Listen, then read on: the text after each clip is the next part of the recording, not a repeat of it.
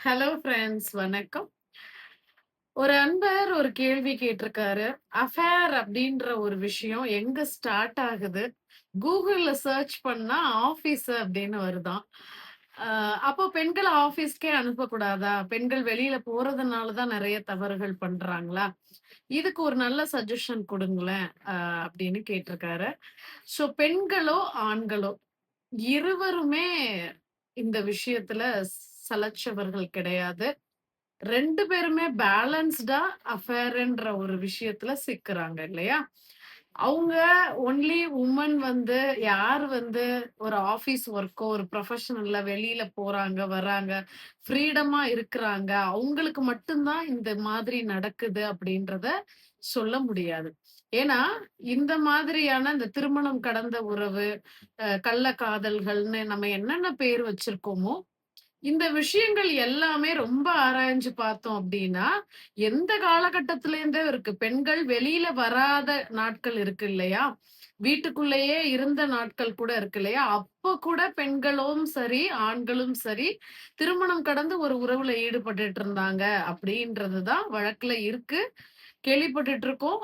And இப்போ இந்த social media, இது மாதிரி யூடியூப் வீடியோஸ் அண்ட் வந்து பெண்கள் வந்து இன்னைக்கு ரொம்ப சுதந்திரமா எல்லாருமே படிக்கிறாங்க. எல்லாருமே வெளியில வந்துட்டாங்க அப்படின்ற ஒரு காரணத்துக்காக, பெண்கள் வந்து ஃப்ரீடத்த தவறா யூஸ் பண்றாங்க அப்படின்னு ஒரு முடிவுக்கு வந்துர முடியாது.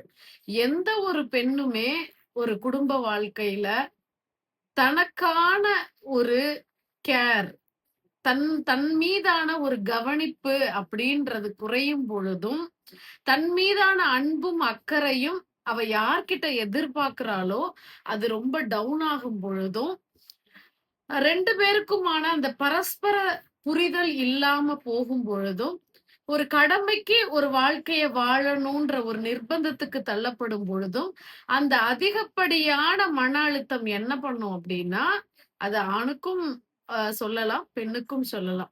அந்த அதிகப்படியான மன அழுத்தம் தன்னுடைய துணை மீது டோட்டலா லாஸ் ஆஃப் இன்ட்ரெஸ்ட் ஆகும்போது, டோட்டலா அவங்க லவ் கம் அரேஞ்சுடோ இல்ல அரேஞ்ச் மேரேஜ் பண்றாங்களோ, எது எப்படியாக இருந்தாலும், தன் துணை மீது அந்த டோட்டலா அந்த ஒரு ஆர்வம் குறைஞ்சு, அவங்க மீதான ஒரு ஈர்ப்போ, ஒரு கவருதலோ எதுவுமே இல்லாம எம்ப்டியா ஆகும் பொழுதுதான், அந்த பெண்ணுக்கும், ஆணுக்கும் என்ன ஆகுது அப்டின்னா, தன்னுடைய சூழ்நிலை சார்ந்து யார வந்து அவங்க கணவர தவிர, மனைவிய தவிர வேறு ஒரு பெண்ணுடனும், வேறு ஒரு ஆணுனுடையும் அந்த தொடர்பை ஏற்படுத்திக்கிறாங்க. அதாவது தன்னுடைய துணைக்கிட்ட குறைஞ்ச அந்த அக்கறையையும், அன்பையும், அந்த அரவணைப்பையும், அந்த பரஸ்பர புரிதலையும் வெளியில எங்கேயாவது கிடைக்குமா?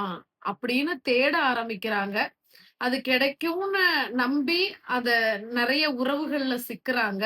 சில உறவுகள் அது வந்து கன்டின்யூ பண்ணுவாங்க. ரொம்ப பரஸ்பர புரிதலாவே மாறிடுவாங்க.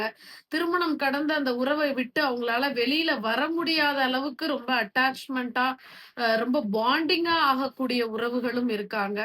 அதே சமயம் ரொம்ப ஷார்ட் பீரியட்லயே அவங்க அனைத்து விஷயங்களையும் கடந்ததுக்கு அப்புறம், அதுல ஒண்ணுமே இல்ல. அவங்களுக்கான அந்த ரிலேஷன்ஷிப்ல திருமணம் இல்லாமல் ஒரு உறவுல ஈடுபடுறாங்க இல்லையா? சோ அந்த ரிலேஷன்ஷிப்ல எந்த விதமான ஒரு உணர்வுகளோ, ஒரு புரிதலோ இல்லன்றது கொஞ்சம் காலகட்டத்துக்கு அப்புறம் தெரிஞ்சோனே, வெறும் ஒரு பிசிக்கல் ரிலேஷன்ஷிப்காக தான் நம்ம ஒரு ரிலேஷன்ஷிப்ல இருந்துக்கிறோம் அப்படின்ற ஒரு புரிதல் வந்ததுக்கு அப்புறமும் என்ன பண்ணுவாங்க அப்படின்னா, ரொம்ப ஷார்ட் பீரியட்லயே அதுலேருந்து ஜம்ப் ஆயி வெளியில அந்த உறவுலேருந்து வந்துருவாங்க. பிரேக்கப் ஆயிடுவாங்க. அண்ட் ஜம்ப் ஆயி என்ன பண்ணுவாங்கன்னா, அடுத்தடுத்ததுமே அந்த ஒரு சாட்டிஸ்ஃபேக்ஷன் ஆகாத வரைக்கும் அந்த உறவுகள மாத்திக்கிட்டே இருப்பாங்க. இதுதான் தொடர்ந்து இப்போ நடந்துட்டு இருக்குது. இந்த சூழ்நிலையில இப்ப சொசைட்டில நடந்து கொண்டிருக்கக்கூடிய விஷயமா இருக்கு. என்னால ஒரு உறவுல நிலைச்சும் இருக்க முடியல. என்னுடைய கணவனோடயே என்னால திருப்தியா வாழ முடியல. என்னுடைய மனைவியோடயும் ஒரு குடும்ப வாழ்க்கையிலயும் நான் ஒழுங்கா இல்ல.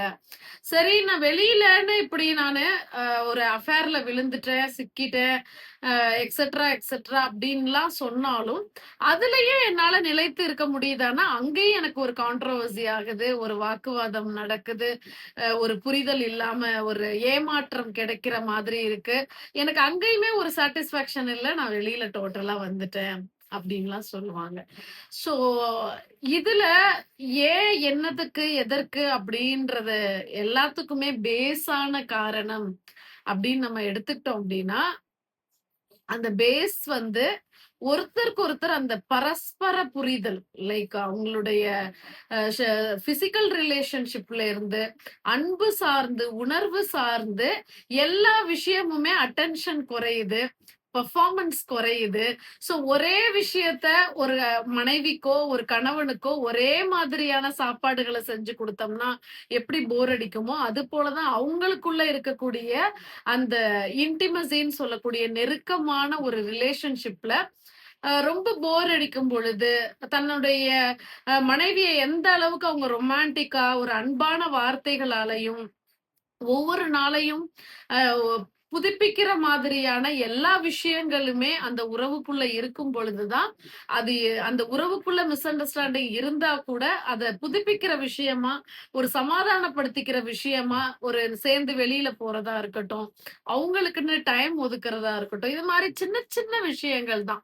ஆனா அந்த சின்ன சின்ன விஷயங்கள கூட நமக்கு செய்ய நேரம் இல்லாம போறதும், அத விட நான் பிஸியா இருக்கேன் லைஃப்ல நம்மள காமிச்சுக்கிறதும், இது இது அல்ல என்னுடைய வாழ்க்கையின் முக்கியத்துவம். அத தாண்டி எவ்வளவோ இருக்கு அப்படின்றத நோக்கி ஓடுறதும், ஸோ ஒரு பிரியாரிட்டியான ஒரு ஃபேமிலி லைஃப இழந்துட்டு, தேவையில்லாம வெளியிலயும் உறவுகள தேடி, ஒண்ணுத்துலயும் நிலைச்சு நிக்க முடியாம, கடைசியில தனக்கு தானே ஒரு வெறுப்பு உணர்வுக்கு வந்து வெறுமைய மட்டுமே இன்னைக்கு இருக்கக்கூடிய மனிதர்களுடைய நிலைமை, ஒரு குடும்ப வாழ்க்கை அப்படின்றது இருந்துட்டு இருக்கு.